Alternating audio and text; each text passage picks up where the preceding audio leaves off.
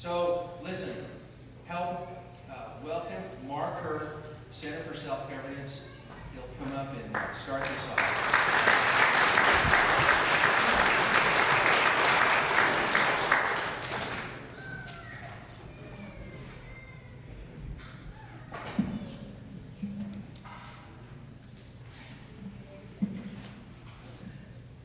So thank you to Dar and Dorothy for setting up this Liberty Summit.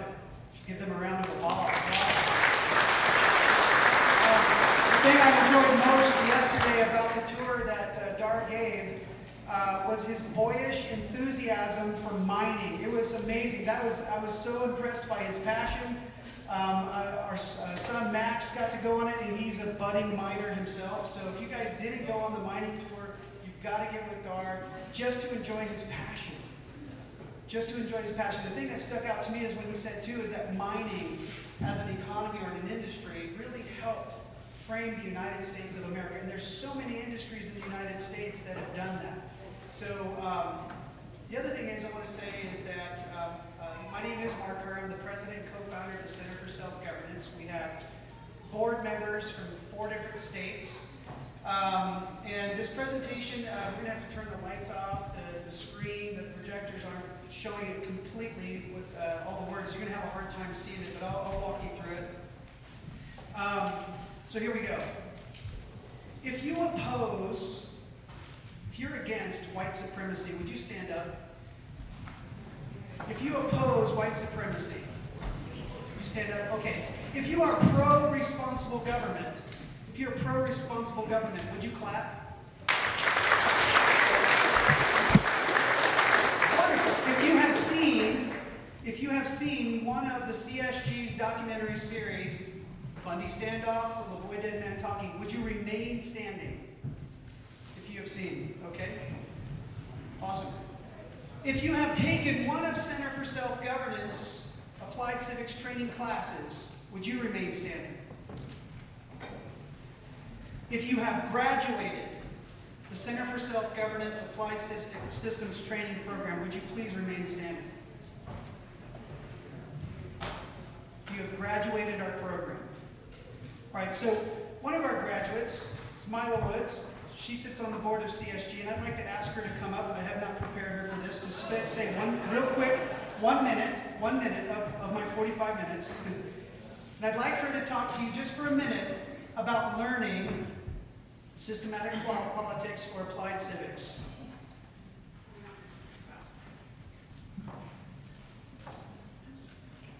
So, I guess one of the biggest things that we get, that we talk about when we do the classes is if you're already involved in the political process, you've had an issue, like mine in the beginning was Common Core. So legislators would see me coming and they go, oh, there's a Common Core mom.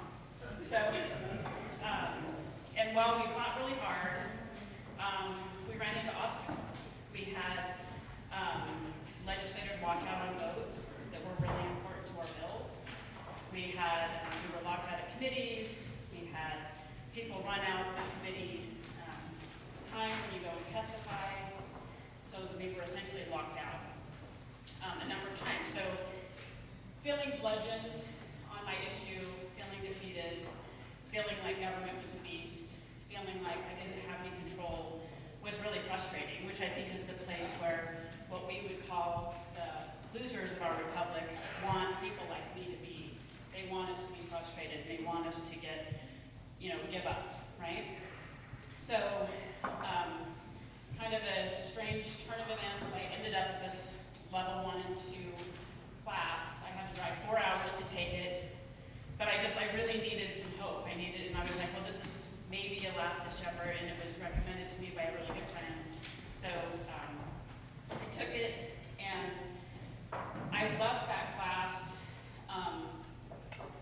with probably the best feeling of hope I'd had in a really long time. I can see a path forward in having more control, but it wasn't at the destruction of the beast of the government. It was a shared control of our system of government, which I think is really important. I think when people get frustrated with issue and candidate-based politics, we tend to view government as a beast. And so then our only paradigm then is kill the beast, destroy the beast, eliminate the beast, right? But our founders were pretty amazing, and I think that they gave us this incredible gift of a republic. But as we have all heard, it's republic if we can keep it, right? We, the people, in shared control with our elected, appointed, and employed, is how we keep our republic, right? So we don't have a system problem in our mind. We have a maintenance problem. So our applied civics teaches people in whether you're of age to vote or not, if you're participating or not, you can work at keeping our republic. So it's a completely different paradigm shift from thinking about issues and candidates, but it's fun, and we've had a lot of really good successes. One of them this year we felt was Marcy's Law. So hopefully we can continue that success going forward, but is that what you wanted? Okay. Thank you, Mila. So she's going to beat me up later because I didn't prep her for that. But our objective in the Center for Self-Governance is to teach anyone who's willing systematic politics, and that's what I'm going to introduce to you today. I know you can't really see this well. Can we get the lights or something? Thank you. It says the art of political chess, the new paradigm for the 21st century. It's particularly in politics. I want you to, I know you can't see this chart, but it says, there's this guy holding a sign, he says, hey, we're all part of this giant experiment. These two rats are walking past and saying, hey, this is just another conspiracy nut. What I want you guys to do is hold all your questions to the end, okay? And then on your table is a gray sheet of paper, and it's blank. It's got some numbers and letters on it. I want you to grab that blank sheet of paper. It's gray. Would you make sure you grab those? Do you have, anybody need a pen? Raise your hands over here. There will be some folks running around giving you a pen. This is a participative, is that even a word, participative? No. Okay. This is participation presentation, all right? So as we go through, there's going to be survey questions, and you're going to fill out your piece of paper, and I'll kind of guide you through that. All right? Does everybody understand? Okay, cool. All right. Sun Tzu said that if you don't know yourself and you don't know your enemy, you're imperiled. So my whole presentation is to help you get to know yourself and help you get to know your opponent. It may not be who you think it is, and I'm hoping to convince you that your opponent is beyond what you've been practicing in your entire political career. I'm hoping, all right? So, I want you to understand, based on this quote from George Washington in his farewell address, that this is a nonpartisan presentation. So this isn't about Democrats, Republicans, Libertarians, Green Party, Constitution Party, etc. It has nothing to do with that at all. Okay, survey question number 1. I know you can barely read that. It says, who are you politically? So there's 2 words at the top of your gray sheet. Did everybody get a gray sheet? If you didn't get a gray sheet, raise your hand, we'll get you a gray sheet. Okay, we got a hand over here. All right, so there's one person. All right, so if you have a pen, I want you to circle one of those 2 words at the top based on these 2 definitions. Governed. You are not elected, you are not employed, and you are not an appointee in government. You are not. Circle governed. If you are governing, you are elected, you are employed, and you are appointed in government. I want you to circle one of those 2 words. Governed, if you are not employed, appointed, or elected, or employed, and circle governing if you are. Okay, I know you can't read this very well. Sorry about that, but it says basically, friends, country mice, lend me your ears, and they're in the maze. 93% of the American population fits the definition of governed. They are not elected, not appointed, not employed. 7% of the U.S. population are elected, appointed, or employed. Now, when we do an analysis of the governing themselves, 2% of the U.S. population are elected, 5% of the U.S. population are appointed, and 93% of the population of the governing are employed. When we do an analysis of the governed, based only upon participation in politics, 61% of the U.S. population do not participate in any type of politics. Whether it's voting, showing up to summits like these, running campaigns, running for office, lobbying, etc. 61% of the U.S. population do not participate in politics. 36% of the population, on average, depending on presidential cycles, will vote. 2% of the population go beyond the vote. In other words, they go past their vote and they do something more, like issues. How many of you guys are Second Amendment? How many of you guys are anti-vaccine? How many of you guys are pro-land? How many of you guys are anti-wilderness? Okay, issues. Then candidates. Are you pro Lieutenant Governor Janice McGeehan? Yeah. Are you anti-Trump? No. Okay, so 2% of the population go beyond the vote. But there's a fourth category of beyond voters, and I want to introduce you to those people today. They're called beyond voters, and they are systematic focused. And they make up less than 1% of the U.S. population. Okay, survey question number 1. So you've circled something on your thing, right? Okay, let me just make sure I'm looking at the thing here. There we go. Yeah, survey question number 1. If you are the governed,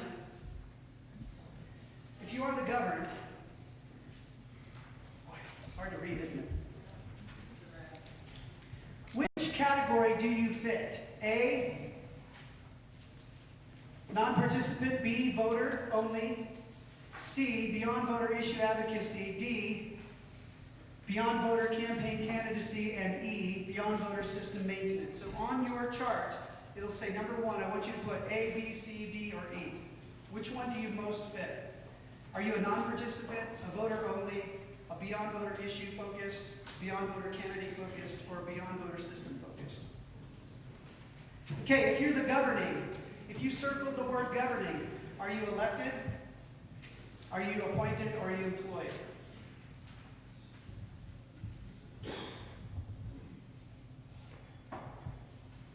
Okay, if you are the governed, this is question number 2. If you are the governed,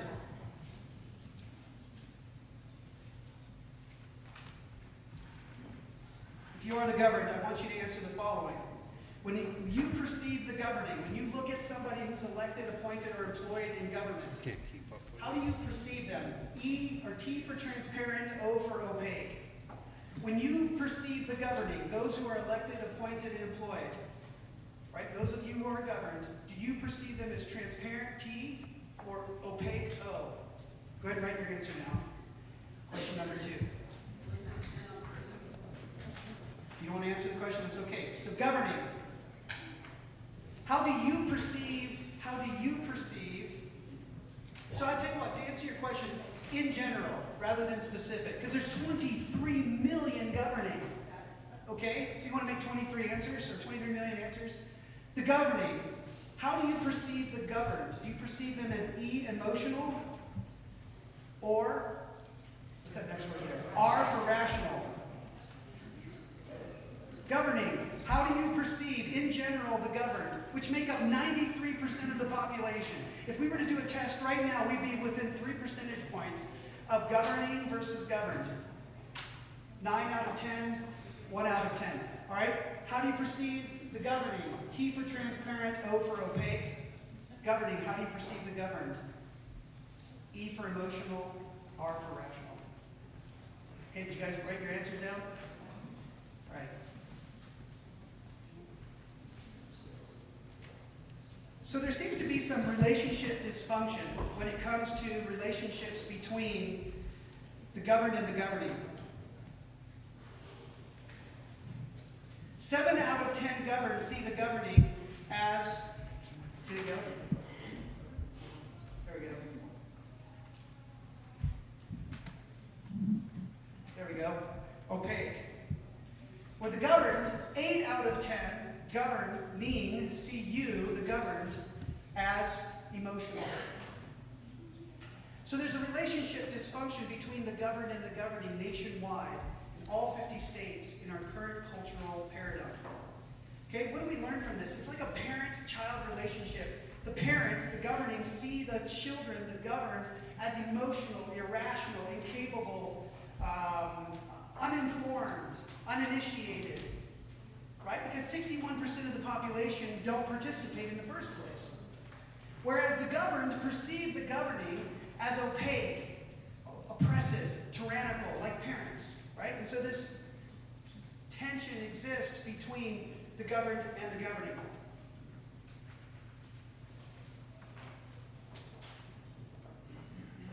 Okay, question number 3.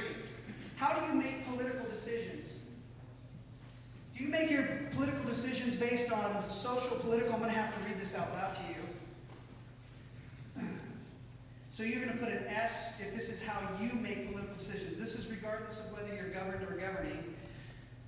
Relating to interactions of the individual, the group, the welfare of human beings as members of society, the way society is organized, so civil liberties, civil rights, freedoms, etc. Or do you tend to make economic, corporate decisions in your politics relating to household management, thrifty, efficient use of material resources, frugality and expenditures, revenue generation, and budgets?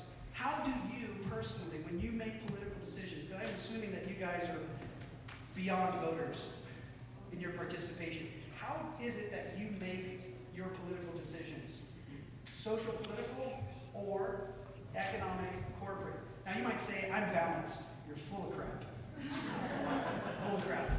Because there are so many studies that have been done, especially by political scientists, to prove that your human nature leans one way or the other on this spectrum. So just put an S for social, political, or E for economic, corporate. All right. Okay. So this will be the next question. So, question number 4. If you are the governed, which type of decision should the governing mostly make? Should it be A? I gotta use the right angle here. Should it be A, social political, or B, economic corporate? If you're the governed and you're looking at the governing, people who make government decisions, how should they make their decisions? What is your preference, A or B? When you're looking at Heather Scott, what would you prefer her to make? Social, political, or economic, corporate? Governor Little, Russ Fulcher. How do you prefer them to make their decisions? What is your preference? The governing. Those of you who are governing, who circled governing, I want you to do the following. If I can get this thing to work. Now, for the governing, I want you to put on your survey exactly what type of decision do you make. So the governed, you made a perceived decision or assumption. For the governing, like from Custer County, what type of decision do you actually make? Is it mostly social political or mostly economic corporate? Write your answer down. All right. Is this thing not working or are you having to do it? Okay, now here's the interesting thing. When we break down local, state, and federal decision making based on 10 decisions, okay, so we studied 10 decisions and we broke them into, based on the definitions of social, political, and economic corporate, to figure out what types of decisions are made at what level of government. You ready? This will blow your minds. Okay? Can you go ahead? You're going to have to do it because this isn't working. All right? At the local level, which I know you can't see very well, the least number of social political decisions are made in the United States of America at the local level. Most of the social political decisions are made at the federal level. Now, when we, click the slide please.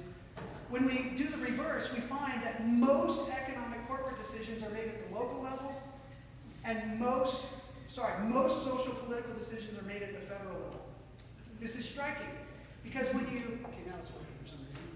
When you do a comparison and you find out, okay, what do the non-participants, the voters and the beyond voters, etc., what do they prefer their governing to do? What's the preferred ratio of social to economic decision making? Okay? So on your piece of paper, I believe it's question number 5. Thanks. Just making sure people are paying attention. I want you to put down on question number 5, do you believe the non-participants prefer a 6-to-4 ratio, economic to social? Voters only, 6-to-4 ratio, beyond voters, issue candidate focused, 6-to-4 ratio. What do they prefer when it comes to decision making that is social versus economic? And I'm just comparing it to the federal level, which is 6 out of 4 decisions are economic and corporate. Which of these demographics prefer that ratio of decision making? Did you write your answer down? Okay. What's that? So, 6 out of 10 decisions at the federal level, on average, are economic corporate based. That means 4 are social political decisions in ratio. Which demographic prefers that 6-to-4 ratio? Non-participants? Voters only? Beyond voters who are issue and candidate focused? It's your perception, right? So just write down your answer. And anybody still not clear? A, B, C, or D. Okay? This is going to blow your mind. Non-participants prefer the 6-to-4 ratio of economic to social political decision making. Now think about this for just a second. At the federal level, when you do a study of how many decisions they make based on those definitions, and you compare it to those demographics that govern and how they participate, you have this docile group of people out there who are only concerned about some kind of balanced economic social decision making. So where do they spend most of their time looking to? Local or national? National, okay? So the point here is this. What we learn from this is that if I can create a maze, or I can figure out what makes you docile, if I can figure out, as a political scientist, what makes you docile, can I not get you to lose your focus on local and state government? That's possible. It's possible. All right. Now, when we do a comparison of how people participate, how many hours per year governed participate, I know you can't see it, I apologize. The non-participants spend 0 hours per year in politics. The voters spend, can I get a click? 1 hour per year on average, okay? And we accounted for actually doing some research, drive time, that kind of stuff, okay? So it varies depending on where they live in the United States. But, can I get a click? Beyond voters who are issue focused spend on average 1,000 hours out of 8,700 hours a year on issues and candidates. What I'm going to ask you next is how do you split your time between issues and candidates? But here's the interesting part. System-focused beyond voters spend 1,900 hours a year, but they make up less than 1% of the population of the United States. But beyond voters who are issue and candidate focused spend up to around 1,000 of their hours out of 8,700 hours that you have in a year. Okay, now that's huge, but you make up 2% of the population. So who is this other group of people who spend 1,900 hours of their year focusing on the system? Whoops, go back. Did you press the button? Okay, thanks. Okay, so what I did was we started researching how many people are paid in the beyond voter category. So I'm assuming all of you guys are beyond voters. Anybody here not a beyond voter? You're a non-participant. This is your first day of participation. How many of you guys are just voters? You just vote once a year. All right, so everybody in this room, unless you're not admitting it, consider yourself beyond voters. Okay, now this is interesting, this statistics. 84% of beyond voters are unpaid. How many of you guys are paid to be a beyond voter? 1, 2, 3, 4, 5. Beyond voters, okay, so not very many people. 16% of the beyond voter population are paid to do what they do. So this includes lobbyists, consultants, campaigns, etc. Okay? Professional door walkers and signature collectors. But here's the interesting part of this data. 99% of the system-focused beyond voters are paid to do what they do. And that's why we can account for the 1,900 hours they spend a year on their system focus. Can I get a click? All right. Voters and non-participants make up 97% of the population. So what is it that they focus on? Can I get a click? They only act when acted upon, and they focus on three things. Their personal, their family, their business, and their community, at the most. Right? To go beyond that, they have to act when acted upon. So when they feel the pain is when they will go beyond the vote. Until then, they don't go beyond the vote. They're stuck in 97% of the U.S. population. Now here's the interesting thing. When we started examining how do Beyond voters spend their time, like what are they focused on? Beyond voters, can we get a click? Okay, they not only do these additional four things that the voters and non-participants do, they go one step further and they'll say, I'm doing my part. Literally, that's the language. Have you ever heard yourself saying, hey, at least I'm doing my part? Right? So when we did our study, can I get a click? The first thing is that they'll focus on a single issue or a single issue group. So like Second Amendment, vaccines, or they'll be part of NRA, or what's another organization? Focus. What's that? Right to Life organization. There you go, Right to Life. Okay. The second thing that they'll do is they'll focus on a single candidate or a party. So they'll focus on, say, throw out a name of a candidate. Russ Fulcher. They'll focus on Russ Fulcher, or they'll focus on a party. Name a party.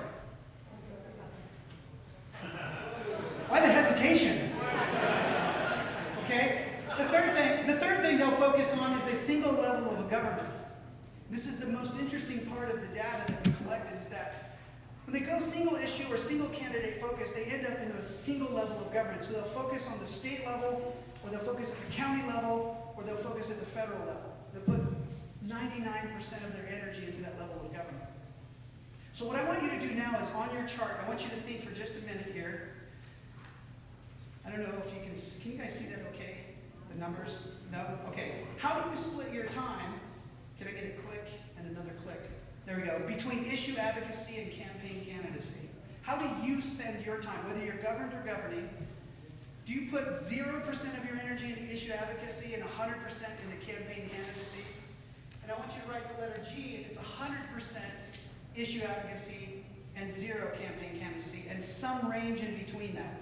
So A is 0 to 100, B is 10 to 90, C is 30 to 70, D is 50-50, CE is 70-30 favoring issue advocacy, F is 90% issue advocacy, and then G is 100% issue advocacy. A, B, C, D, E, F, G. What is your ratio of time that you spend in Beyond Voting when it comes to issues and candidates? Did you write your answers down? I hope you did. Right? This data that we're collecting nationwide, 42 states so far, I think in the 21st century is going to have profound impact on how we keep our republic. All right. Thank you. So what I would like to tell you is that the majority of the governed, when surveyed at how they spend their time, 2/3 of their time is spent on issue advocacy, and 1/3 of their time is spent on campaign candidacy. And this chart up here is a rat in the maze, and the scientists are saying, hey, we got to figure out how much time this guy's going to spend on the gas tax. Do you guys have a gas tax here yet? Okay. All right. Can I get a click? Other one.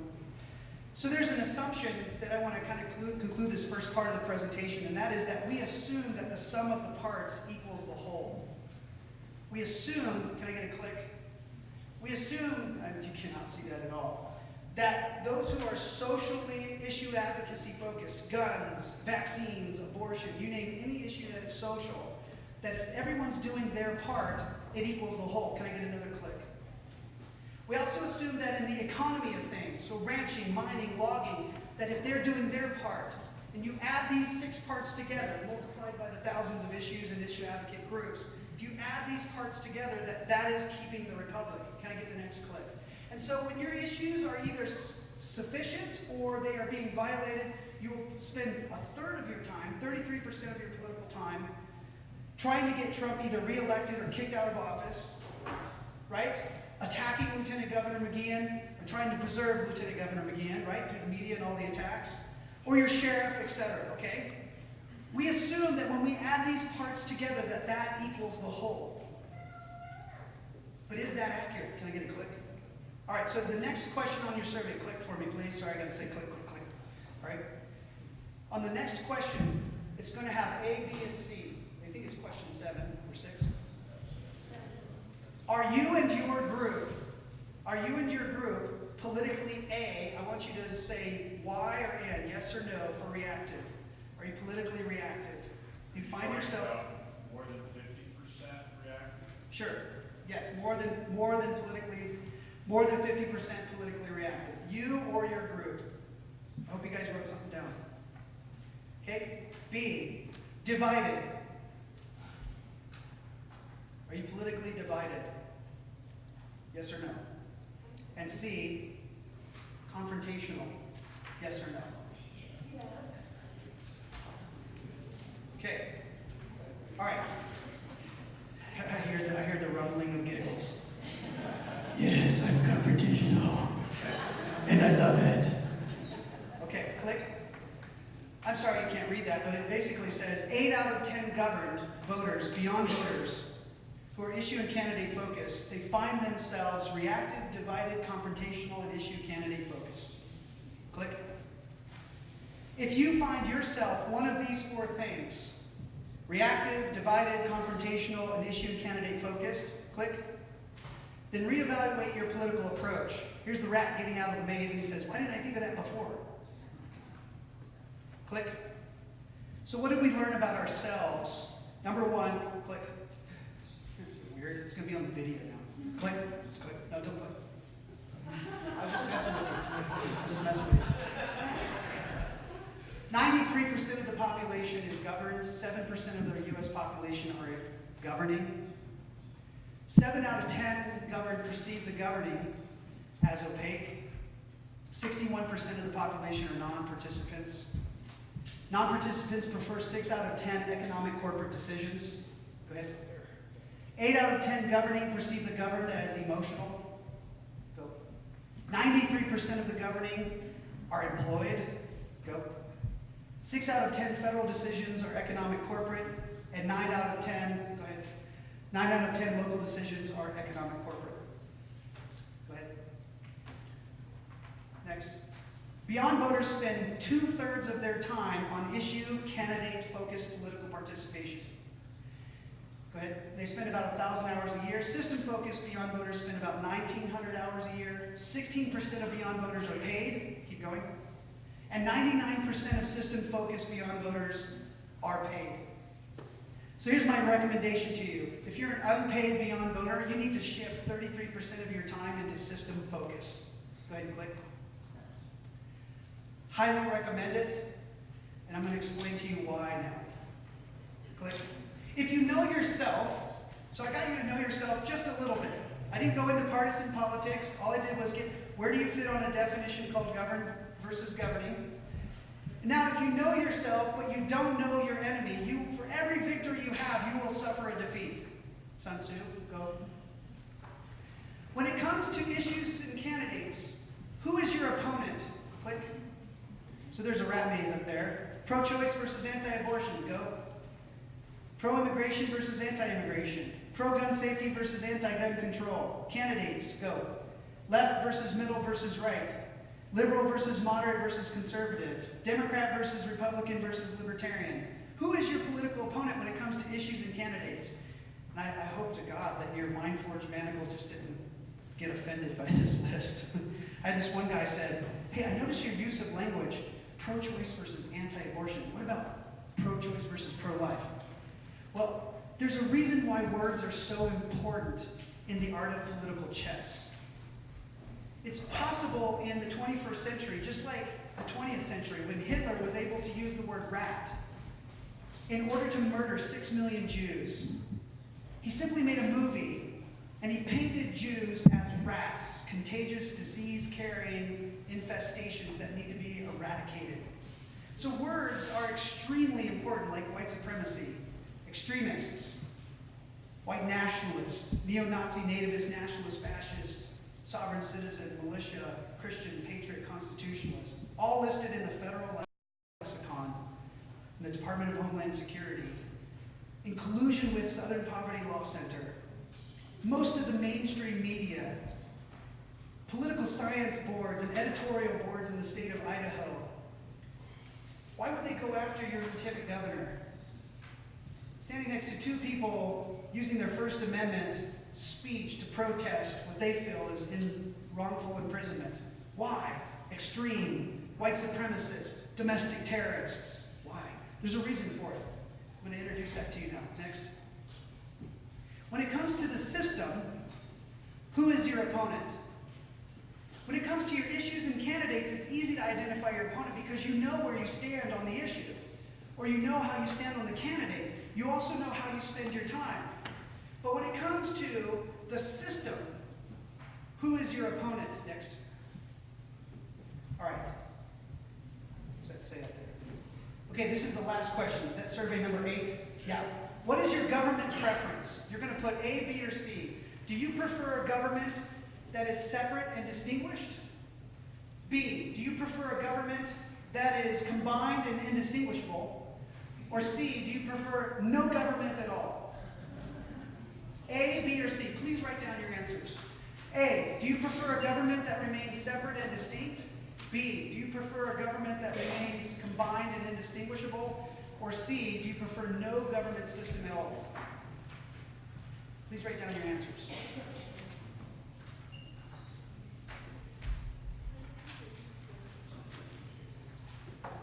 A, do you prefer a government system that is separate and distinguished? Government's powers and controls, federal from the state, legislative from the executive. B, do you prefer those to be combined together into one?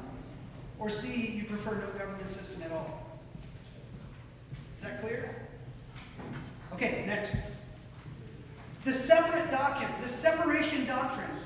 The separation doctrine is known as dual or layer cake federalism. For CSG students, you've heard that phrase before. How many of you have never heard of that phrase before? Layer cake federalism. Okay? 9 out of 10 governing, regardless of party, prefer a layer cake system. I'm telling you, this is revolutionary if you can hear this. If you're able to see beyond your issue and candidate, I'm telling you, 9 out of 10 governed prefer the separate or layer cake doctrine.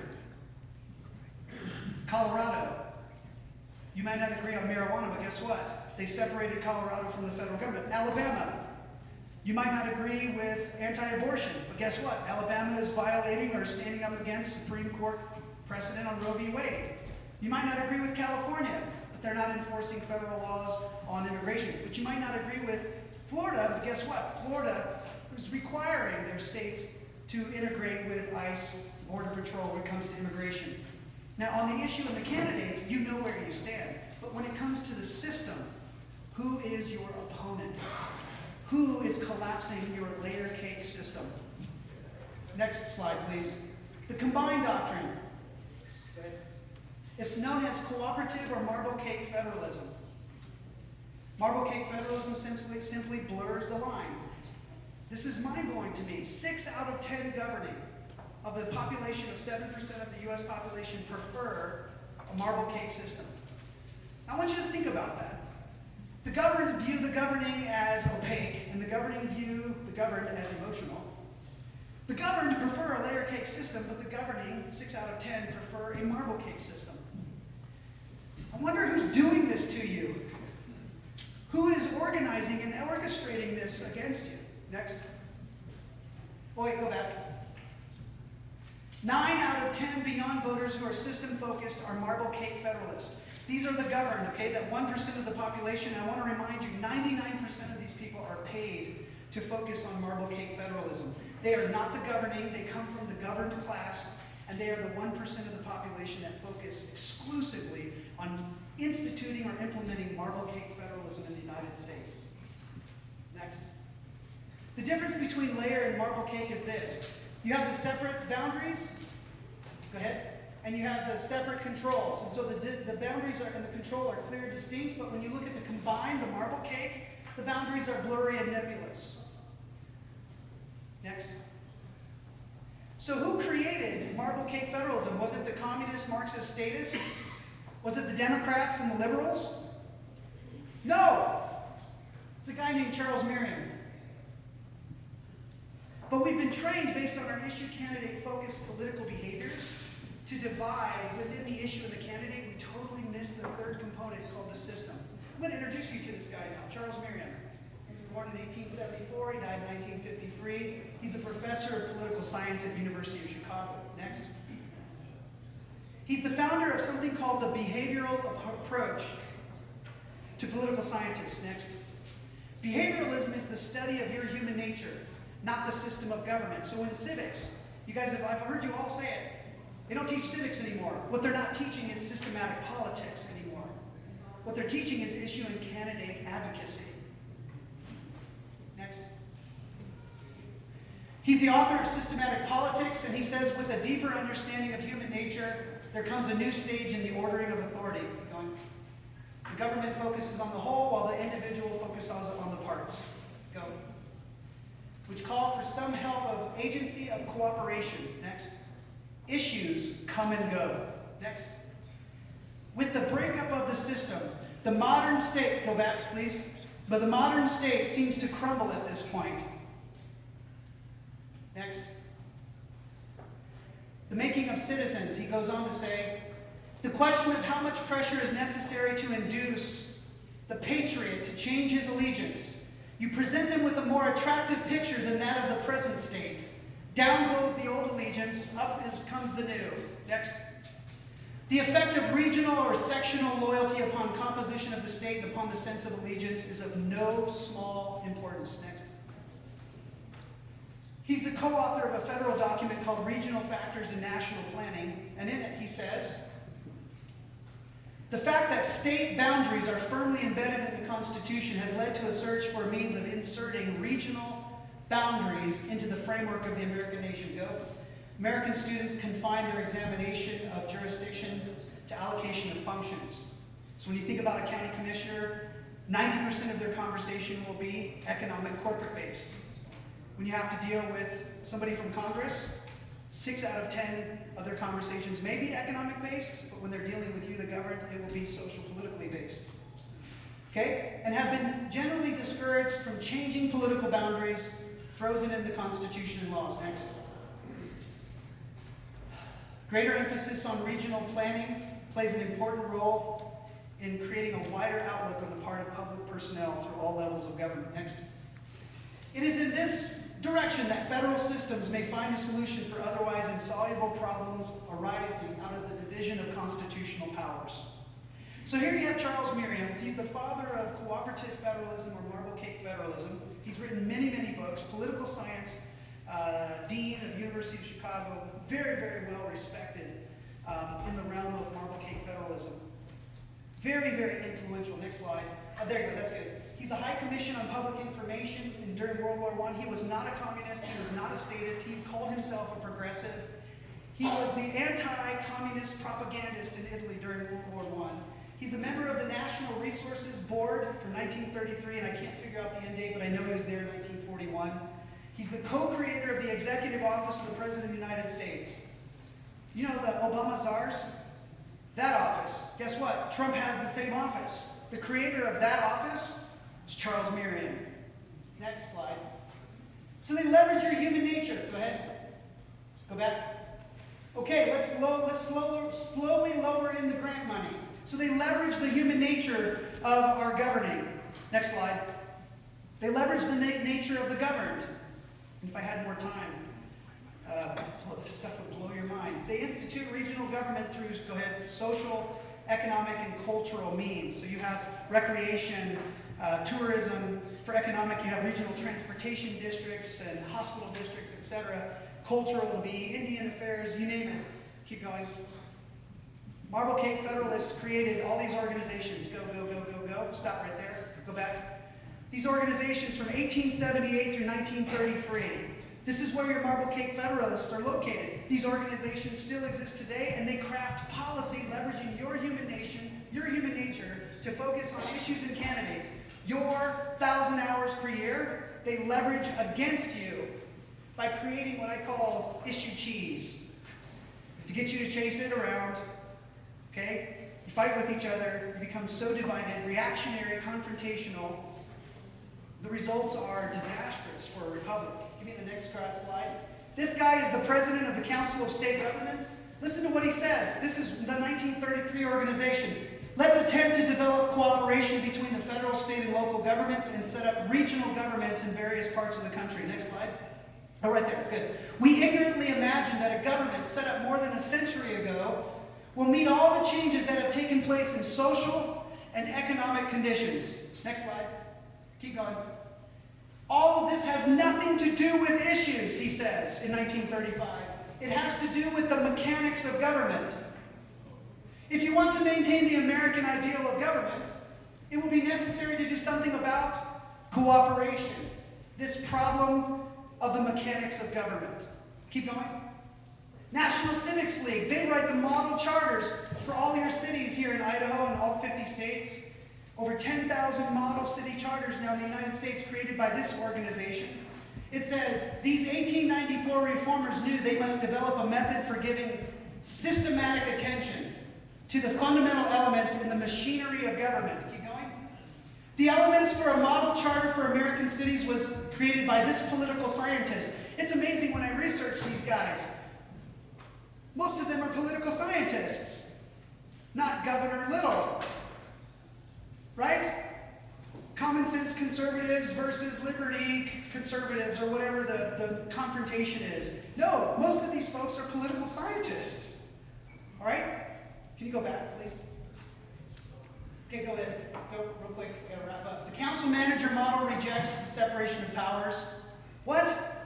The council manager form of city government nationwide, which there are thousands of city governments, rejects the separation of powers and eliminates the checks and balances in the organization of cities.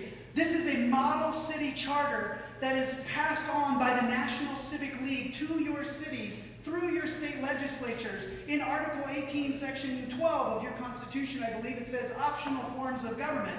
So your legislature was convinced through the people to institute a constitutional amendment to allow this into your state. So you don't have layer cake federalism in the state of Idaho. They inserted the constitutional amendment to implement marble cake federalism in your state. Okay, and it comes from this organization. The mayor is the chief legislator. The city manager is the chief executive appointed by the city council. Relationships between officials and council manager is cooperative rather than contentious because the powers are not divided. Keep going. Marble Cake Federalists have created, keep going, go. I put a timeline up here from 1924 to 2013. This is a very small list of organizations that exist right now, where these young people come out of Ivy League schools and they are paid to focus on just the system, not on issues or candidates. There's a third category that's focused on in the United States. It's called systematic politics. Okay? 2019, we have one federal elected body, 50 state bodies, 3,084 county bodies, go. 13,000 school bodies, 16,000 town bodies, 19,000 municipal bodies, and ready for it? 35,000 elected regional bodies, 62,000 unelected regional bodies. So when you guys talk about the growth of government, it's usually from economics and bad policy. But I would like to tell you there's a third part, and it's called the system. And they are focused on one thing. That is replacing your layer cake preference with a marble cake system. They are not elected, they are paid, and this is what they do every day. Next slide.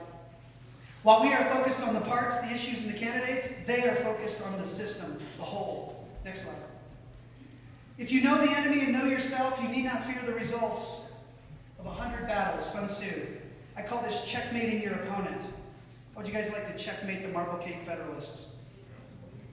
Some of you are still kind of like, I still don't know what that means. Next slide. The governed, this is what I'm going to wrap up right here, Duke. I'm sorry, I'm going fast. Resist eating the issue cheese, governed. If you're the governed and you circled governed, resist eating the issue cheese. Next. Resist the confrontational approach to partisan politics. You need to learn to build relations because I'm telling you, not all the governing are Marble Cake Federalists. Not all of them may not agree with you on the issues, but they may be a layer cake Federalist on the different side of the issue from you. Next. Escape the maze and help others escape. Next slide. Compete with the Marble Cake scientists. This up here says, while we were studying the rats, they were studying us, and unlike ours, their study got published. Next slide. Governing. Resist eating the Marble Cake cheese. It's a trap. I'm telling you, I don't know, if you want to spend more time with our research, I'm happy to sit down with you, but for the governing, I highly recommend to you, resist eating the Marble Cake cheese. It's a trap. Next. Resist viewing all the unpaid Beyond voters as merely irrational or partisan. Go back, please. Go back. Yes, I know there's blue and there's red. But I'm telling you, these people, the systematic people, could care less about your issues and candidates. To them, they see you like rats in a maze. They throw in the issue cheese to get you to react. And that's how they craft the next layer of policy to eliminate your layer cake system. Next. Add layer cake and a cheesy icing to your political diet, governing. I know it's hard because your natural tendency at the local level is economic corporate based. At the federal level, it's leaning more towards social political based. Just bring layer cake and its cheesy icing into your diet. Next. No, I'm sorry. We're done. Create intergovernmental cooperation checks and balances. There's a whole series of policy that we have developed at CSG for the governing and for the governed. I hope you guys will consider it. Go, go, go. Go to the very end. Next slide. Go, go, go. Keep going. Right there. Go back. For both the governed and the governing, acknowledge that systems politics is just as important as partisan politics. If you don't, you're going to lose your republic. It's that simple. If you don't add systematic maintenance to your political habit, you will. It is not an if statement. They are focused on crashing the republic, regardless of all the effort you put into issues and candidates. Shift 33% of your time, I'm not saying 100%, just 33% of your time into systematic politics. Next. Recognize that Marble Cake Federalists, they don't view themselves equal to you. They see themselves as superior and outside of the maze. They're not in the maze with you. Literally see themselves that way. Next. Go. Learn political chess. Tomorrow at 9 at the American Legion, we're going to have start our political chess training program. And the other is take our state constitutional training, I believe on the 31st at 6 p.m. online. We're going to start teaching the Idaho State Constitution. Thank you for your time.